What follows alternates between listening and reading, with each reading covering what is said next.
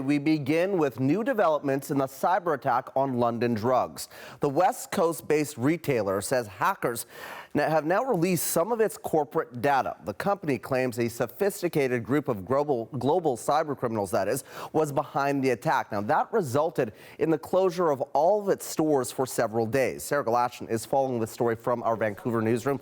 So, Sarah, take us through the very latest and what we know right now. Well, so Travis, the question has been since the beginning of this story, since the discovery that there was a cyber attack on London Drugs, what information might have been taken and what was on that information? In other words, what was part of those files? Today, what we have is the company confirming that some files from its corporate head office here in Richmond, British Columbia, were exfiltrated. That's the word they're using, which essentially means taken by what London Drugs describes as or calls a sophisticated group of cyber criminals.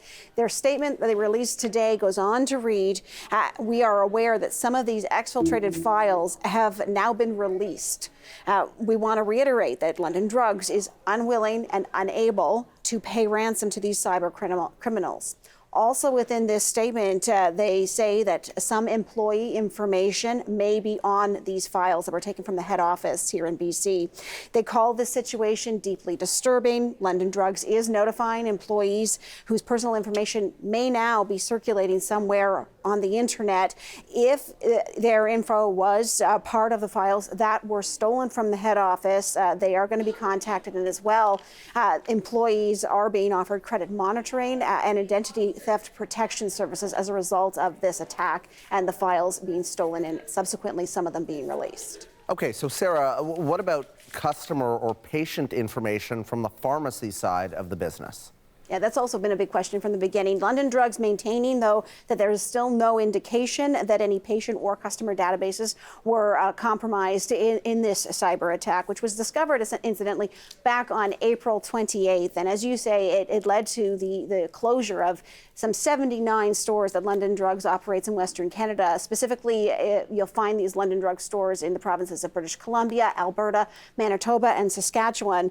They sell everything from computer electronics to a prescription medication, and they employ about 8,000 workers in Canada. Now, no number has been given as to how many of those employees may have had personal information stolen as part of this cyber attack and released. But this is, I say, a moment that we have been waiting in this story to see what we would learn about what information was taken and what may have happened with it. And they are now confirming that some of these files from head office now have been released by this sophisticated group of cyber criminals.